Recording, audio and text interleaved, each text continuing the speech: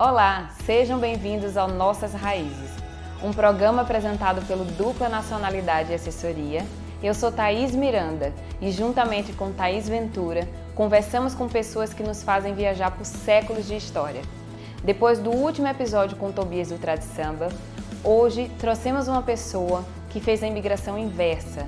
Ele mora em Portugal devido ao seu direito de cidadania e vai compartilhar conosco um pouco da sua história. Seja muito bem-vindo, Bruno. Obrigado, Thaís. Obrigado, Thaís. É um prazer estar aqui com você. Nós que agradecemos aqui a sua presença. Bruno, conta pra gente um pouco da história da tua família portuguesa. Bom, eu tenho ascendência portuguesa dos dois lados da família. Uma mais próxima, que é o meu avô, e a outra mais distante, então eu acabei indo pela mais próxima, que é meu avô paterno. Meu avô, ele nasceu em Porto de Mós, que é uma cidade da região de Leiria, e os registros que a gente tinha que era de 1898. E depois que eu fui descobrir que eram alguns anos de diferença, era 1902, e para quem está buscando certidão dá uma boa diferença, então foi um trabalho interessante, mas muito curioso. E o meu avô veio criança para o Brasil e se casou, depois se casou de novo, e a segunda união dele é que foi com a minha avó, mas infelizmente eu não conheci. Ele morreu 6 meses antes de eu nascer, então eu tinha muito mais informações. O seu avô gostava disso, o seu avô fazia aquilo. Então, eu acho que pelo fato de eu não ter conhecido meu avô, era muito mais instigante ir atrás desse tipo de informação, né? E enquanto criança, enquanto adolescente, era uma curiosidade muito mais romântica, né? Depois que eu fui tendo consciência da origem de uma ascendência europeia, portuguesa, que eu poderia ir atrás, aí ela foi ficando mais intensa depois da minha vida adulta.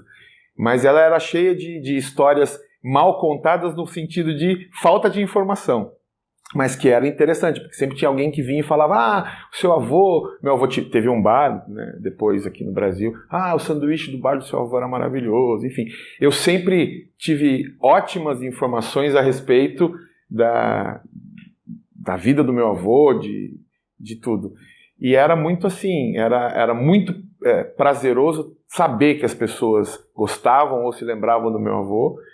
E apesar de eu não ter conhecido, isso dava um preenchimento para aquela expectativa que a gente tem de conhecer os nossos avós. Bruno, então você contou que seu avô teve um bar, né? Eu acho muito interessante, a gente às vezes escuta histórias de muitos estrangeiros que vieram e se aventuraram tentando empreender. Aí eu queria saber um pouquinho mais, conta a história, o que você sabe mais a respeito dele, da abertura do bar, ou sei lá, do negócio em si. Era uma lanchonete, né, um bar, enfim. Eu tenho pouquíssimas fotos dessa época, mas era um bar que não tinha nenhuma iguaria portuguesa que eles ofereciam, e sim era um sanduíche muito famoso na cidade, o bauru, né, presunto, queijo e tomate, nada também, sim, nenhuma iguaria. Mas ele era muito famoso, então todas as pessoas, quando eu fazia referência ao meu avô, ele falou assim: o seu Fernandes do Ponto Chique, né? Apesar de ter um bar super famoso em São Paulo, na minha cidade, era o bar do seu Fernandes. E o bar do seu Fernandes, quando eu falava com pessoas mais antigas, né, era referência para os adolescentes da idade do meu pai, né? Os pais dos meus amigos, alguns não me conheciam, aí não conheciam a minha mãe, aí eu falava assim: meu avô teve um bar em Suzano nessa época, chamava Ponto Chique, o bar do seu Fernandes. Então, volto a dizer, essa satisfação de alguém ter uma lembrança vinculada ao meu avô era muito legal. Então, eu não sei muito bem em que momento da vida deles eles fizeram esse bar, mas eu sei que também quem tocava muito bem o bar era a minha avó. Então o meu avô, ele era, provavelmente, né, pelas histórias que a gente ouve, ele era o relações públicas do bar, que ele conversava com todo mundo, mas quem estava atrás do balcão e na lida era a minha avó. Então, eu sei que meu pai trabalhou No bar também. Eu já encontrei com pessoas que disseram que trabalharam no bar do meu avô. Então, eu lamento não ter tido mais referência sobre isso, tipo, informação. Eu nem sei aonde era. Né? O meu pai, às vezes, passa e fala, olha, ou era aqui, ou era ali. Né? As cidades vão mudando. Então, eu não tenho... eu adoraria saber que, olha, nessa casa onde hoje é, sei lá, qualquer outra coisa, foi o bar que o meu avô teve, ou a casa onde ele morou. Então, essas informações acabaram se perdendo ao longo dos anos, mas não perde a força do vínculo que a gente cria, pelo menos na nossa mente, com relação às pessoas que conheceram o meu avô.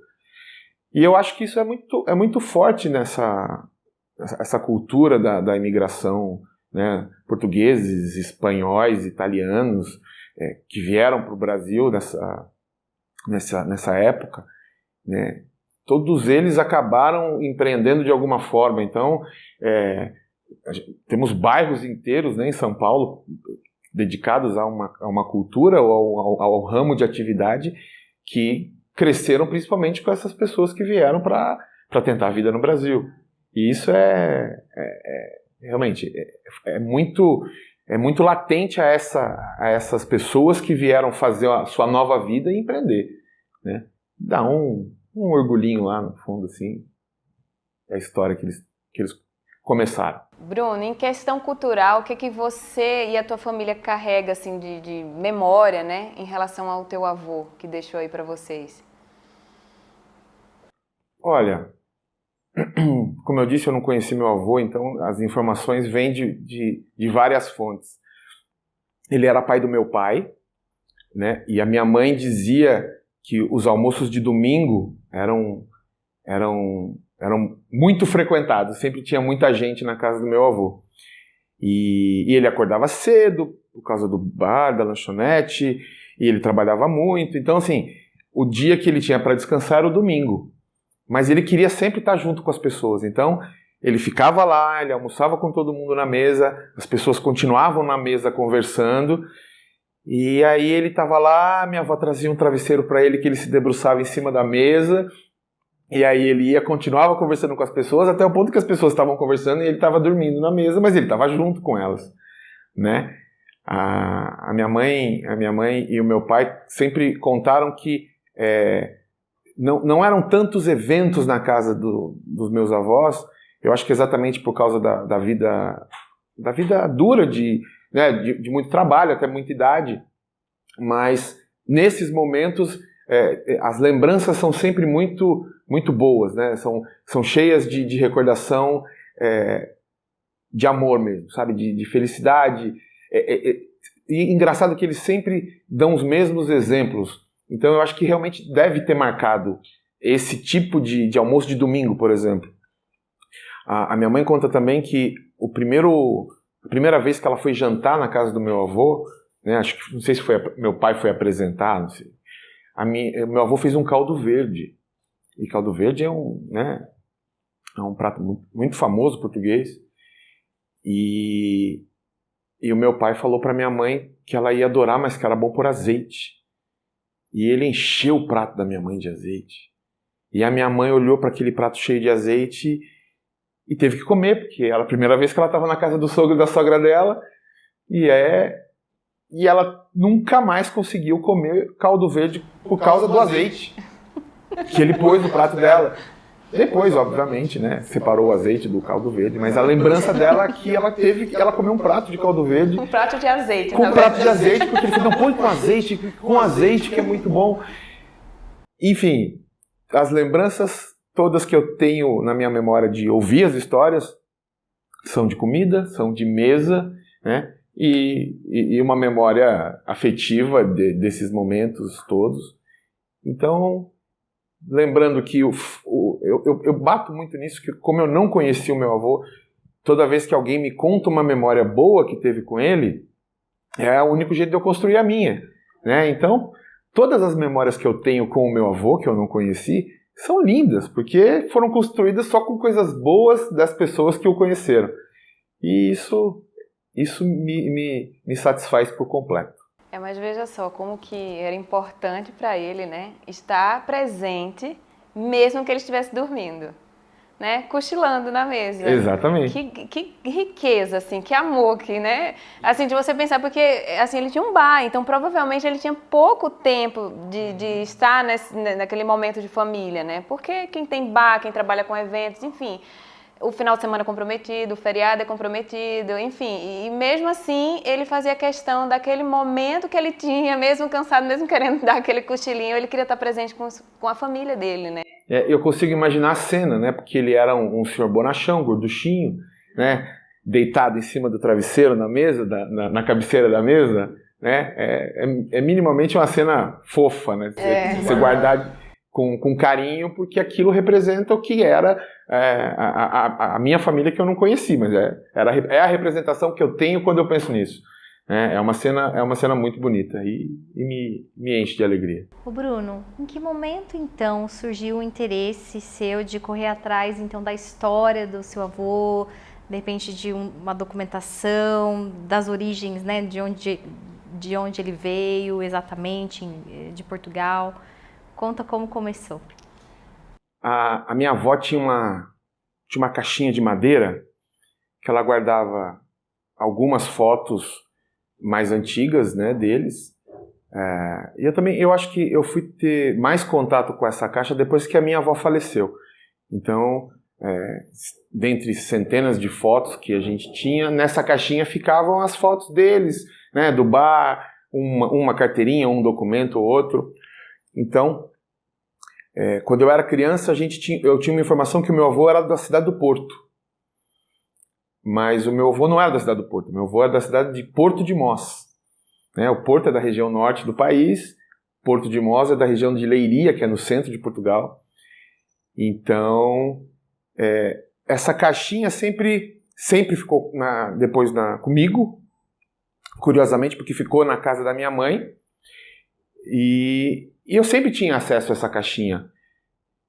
Então, assim, eu sabia que um dia aquela caixinha ia me trazer... Era através dela que eu ia em busca de mais informações. E eu sempre tive comigo que um dia eu iria a Portugal, ir na cidade do meu avô, ir num cartório e tentar encontrar algum parente vivo, nem que fosse um sobrinho neto, alguma coisa. E aí que eu comecei a procurar. O primeiro passo seria encontrar a certidão de nascimento dele, né? E aí eu comecei a buscar. Eu tinha uma data de nascimento que não era... Depois eu fui descobrir que não era. Eu tinha uma referência que ele tinha nascido em 1898. E, na verdade, ele nasceu em 1902. E 4 anos de diferença numa busca de documento com essa idade dá um pouquinho mais de trabalho. Mas foi o primeiro gancho para começar a ir atrás dessas origens. E essa diferença de idade, né, de anos do registro, ela acaba trazendo mais dificuldade de encontrar o documento. E hoje em dia, toda vez que alguém quer ir em busca das suas raízes, das suas origens, o primeiro passo é encontrar um documento do seu antepassado, né, de nascimento do seu antepassado. E aí a gente entra numa dificuldade muito grande, que é contactar algum profissional que faça isso e que te dê o retorno que você espera. E aí você tem 2 opções: ou você contrata uma empresa especializada, ou você vai atrás com o seu próprio esforço. E eu resolvi ir atrás sozinho. Eu comecei a pesquisar em todos os sites onde isso era possível. Portugal tem um registro unificado de 1911 ou 1912 para cá. Dessa data para trás, todos os registros estão nos distritos, ou então nas paróquias, como certidão de batismo. Então, se você tem a informação que o seu avô, o seu bisavô, nasceu naquele ano, naquela cidade, naquela paróquia, vai ser muito mais fácil você localizar o documento. Se você sabe que ele nasceu naquela região no ano tal, vai ser um pouquinho mais trabalhoso. Mas essa busca por documento é que faz você também, obviamente, cada um dentro do seu limite de vontade de envolvimento, de ir pessoalmente ou de fazer a busca através dos meios que hoje em dia a internet nos disponibiliza. E como eu disse, 4 anos de diferença entre a data que eu tinha e a data real acabou atrasando um pouco o processo. Mas foi o principal motor para a gente começar a juntar todos os outros documentos para poder fazer a cidadania do meu pai, que não era cidadão português, minha e da minha família. Bruno, como que foi esse plano aí de juntar essa documentação e fazer essa imigração de volta para a terra do teu avô? Olha, eu sou advogado, né?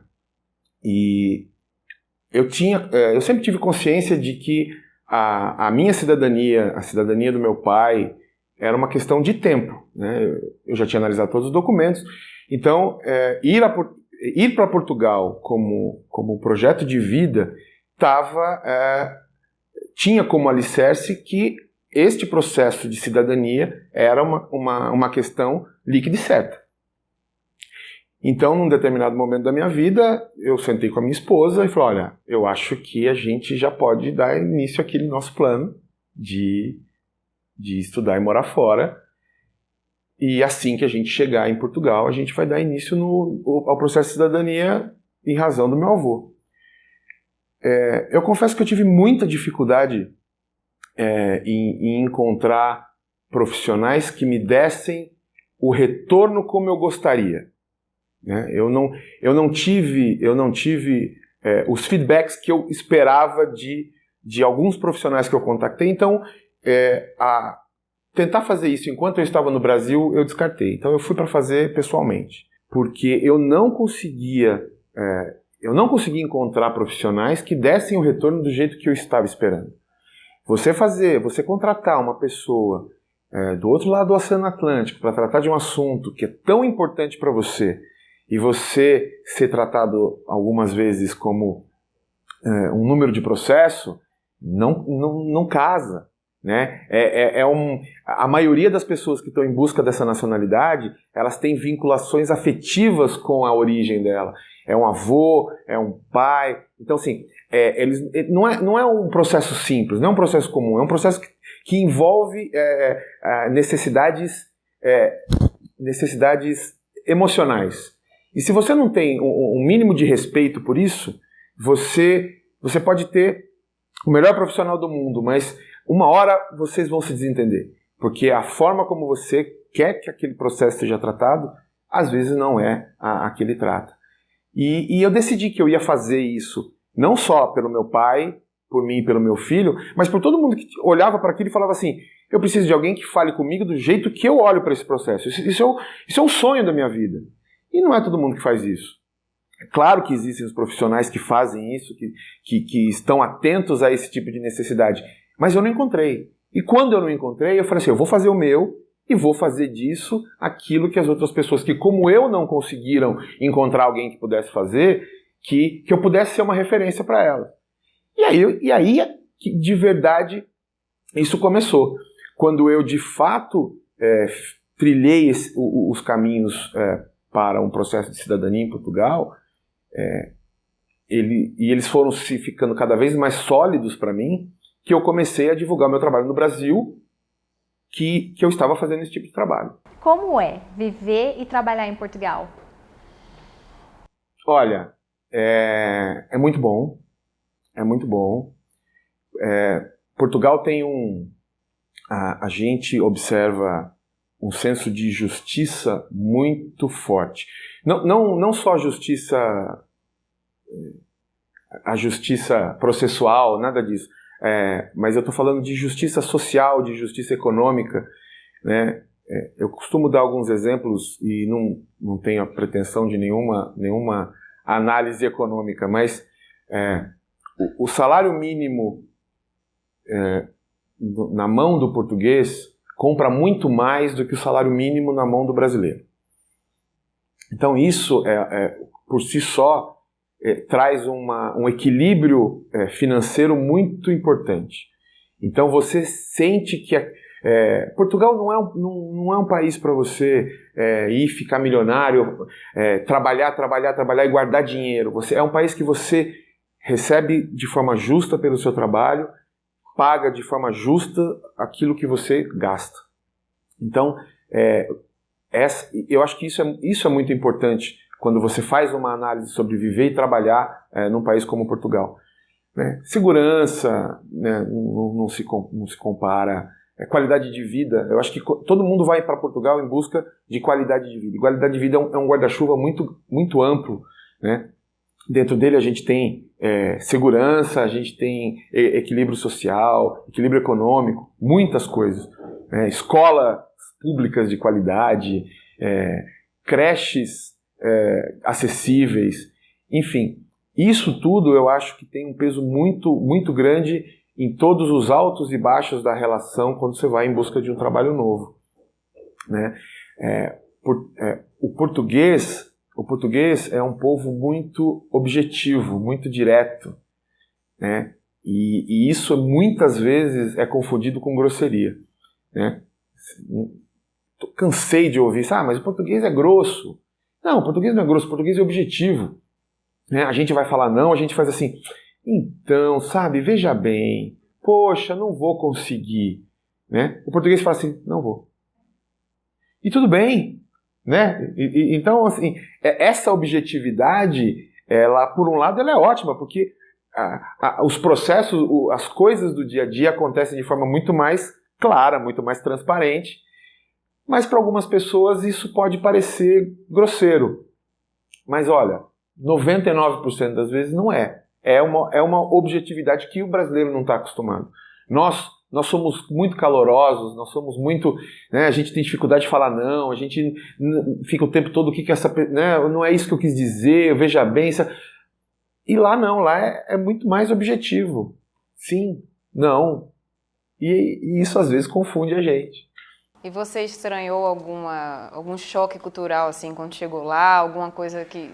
Alguma particularidade que você... Tem. Eu parei uma pessoa na rua uma vez e falei assim, com licença, tem alguma estação do metrô aqui perto? Tem. E foi embora. Como assim? Aqui se alguém te pergunta, tem alguma estação do metrô aqui perto? Sim. Ah, sim, ó, naquela rua. Exatamente. Tem alguma estação de metrô aqui perto? Tem. E continuou. De comida são as melhores, né? Então, eu cheguei numa pastelaria e falei assim, o senhor me vê um pastel de Belém? Ele falou assim, pastel de Belém em Belém, pastel de nata. Ai do céu. Porque o pastel de Belém nada mais do que um pastel de nata, só que ele é o famoso porque ele é de Belém. De Belém. Então, se você chegar em qualquer outra pastelaria e pedir um pastel de Belém, ele vai falar, não, pastel de Belém em Belém. Esse é um pastel de nata. Então, assim, esse tipo de situação é muito característica do choque cultural do brasileiro, né, que você pergunta uma coisa que não foi bem aquilo, a resposta vai se adaptar. Lá ela não vai se adaptar. Você perguntou isso, você tem essa resposta. Então, Isso pode ser confundido com grosseria, isso né? pode ser Por exemplo, confundido com grosseria. Tem. Mas, poxa, mas nem falou pra mim onde é e tal, né? Ou então, assim, um pastel de Belém, não, pastel de Belém em Belém, aqui é pastel de nata. Mas veja, ele está explicando que aquele é um pastel de nata, não de Belém. Enfim, é esse tipo de resposta direta que a gente demora a se acostumar. Mas com o tempo você vai se adaptando e fica tudo bem. Para vocês que estão nos assistindo e não sabem, Bruno é o nosso parceiro em Portugal. E eu, Bruno, gostaria que você contasse como que funciona todo esse processo de reconhecimento da cidadania portuguesa. Bom, Thaís, a lei da nacionalidade portuguesa tem um leque bastante extenso com relação às pessoas que têm o direito à obtenção dessa nacionalidade. E várias formas também. Vindos do Brasil, os mais fortes são os filhos de portugueses, os netos de portugueses, cônjuges e companheiros em união estável. A lei da nacionalidade portuguesa, ela foi recentemente alterada e ela finalmente trouxe a justiça aos netos, porque a obtenção da nacionalidade portuguesa pelos netos vinha sendo muito difícil de ser obtida. Toda a documentação que era necessária para comprovação do vínculo com a comunidade portuguesa era muito extensa, era muito subjetiva, então realmente só conseguia a obtenção dessa nacionalidade aquele neto que vivia em Portugal, ou que tinha propriedade em Portugal, ou que tinha idas e vindas constantes a Portugal. E essa lei, essa última alteração da lei, ela acabou com todo esse rol subjetivo de questões, e ela passou a exigir única e exclusivamente que esse neto de português ele tenha proficiência na língua portuguesa, que para os brasileiros ela é presumida, e não tenha condenação em crime que em Portugal seja passível de punição com 3 anos de reclusão, e não tenha seu nome associado ao terrorismo internacional. Então, ficou muito parecido com o processo de filhos, que é único e exclusivamente documental, né? Por isso que eu falei no início da nossa conversa da importância da localização do documento original de nascimento do nacional português. Porque com base neste documento é que a análise vai ser feita de todos os outros documentos do brasileiro. Se ele é o filho do português, se todas as informações estão relacionadas, se não existe nenhuma diferença de nome, de informação, de dado, de data, de local. E toda essa documentação, ela vai desde o nacional português para o filho, para a esposa, se for o caso, e agora para os netos, de forma direta. A gente consegue fazer o processo sem toda aquela exigência que dificultava muito o acesso. Ou seja, trouxe justiça para os netos que por muito tempo ficaram fora desse direito de obter a nacionalidade portuguesa. E um ponto importante é que a nacionalidade portuguesa para filhos e para netos de nacionais portugueses, ela é feita através da atribuição da nacionalidade. O que isso quer dizer? A atribuição da nacionalidade, ela é um direito seu que passa a vigorar desde o momento que você nasceu. Então, todos os efeitos civis da sua vida, desde o dia que você nasceu, é tido como de um cidadão português. Então, as principais perguntas são: eu posso passar para o meu filho? Né? Então, assim, se você obteve a nacionalidade portuguesa por ser filho de português, por ser neto de português, você obteve pela atribuição. E isso te dá o direito de passar para todos os seus descendentes, inclusive para o seu cônjuge, inclusive para o seu companheiro, para a sua companheira, em caso de união estável. Então, basicamente, falar sobre a atribuição da nacionalidade e aquisição da nacionalidade é que uma te traz os benefícios desde o momento em que você nasceu, e a outra desde o momento em que você teve a nacionalidade, você adquiriu a nacionalidade. Inclusive, muitas pessoas que nos procuram exatamente por isso, porque o objetivo principal é passar para os filhos ou passar para os netos e dar para eles essa oportunidade de ser cidadão português, de ser cidadão da União Europeia, né, que, enfim, dezenas de benefícios que a gente pode elencar com mais calma, mas eu sou muito procurado por netos de portugueses, já com idade avançada, que olha, eu quero fazer porque eu quero passar para os meus filhos e para os meus netos. Né?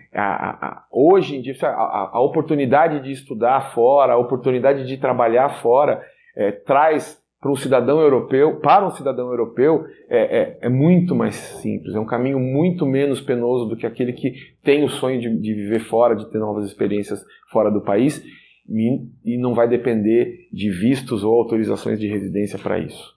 Então, hoje em dia, é bom que fique claro que nem todo tipo de processo de cidadania vai dar àquela pessoa o direito de passar para os seus filhos, principalmente se os filhos já estão, né, se os filhos já são adultos, enfim, nem todos os processos são iguais. Eu acho que o mais importante quando a gente fala de processos de cidadania é que não é uma receita de bolo. Você pode procurar na internet todos os documentos que você precisa para fazer, todos os requisitos que você precisa para fazer, mas cada caso é um caso, né? E por mais que essa frase de quem vende serviços fale que cada caso é um caso, mas é porque ela é uma verdade muito grande, né? Nenhum processo de cidadania que eu fiz até hoje pôde ser aproveitado exatamente igual para um outro cliente. Por quê? Porque cada um tem a sua peculiaridade, né? Alguns processos a gente precisa trazer o casamento para Portugal porque o casamento não está registrado em Portugal, outros a gente não precisa trazer. Enfim, é uma série de questões que fazem de cada processo um processo único. Então, por mais que a gente tenha listas e listas de documentos e procedimentos, cada caso é um caso. E vale a pena você se debruçar sobre o seu caso e qual é o caminho para você fazer, principalmente pelos benefícios que ele vai te trazer no futuro. Bruno, muito obrigada por você ter compartilhado conosco a sua história da sua família. Muito obrigada pela parceria. E você que tem interesse em saber mais sobre a cidadania portuguesa, entre em contato com o telefone aqui na tela. Esse foi o Nossas Raízes de hoje com Bruno Fernandes. E você, tem ou conhece alguém com uma história familiar incrível? Comente aqui. E se você tem interesse de possuir direitos que vão além dos que você tem no Brasil, então busque as suas raízes, entre em contato com a Dupla Nacionalidade Assessoria, que nós podemos te ajudar. Não se esqueça de curtir nossa página do Facebook e se inscreva no nosso canal do YouTube. Um abraço e até a próxima história.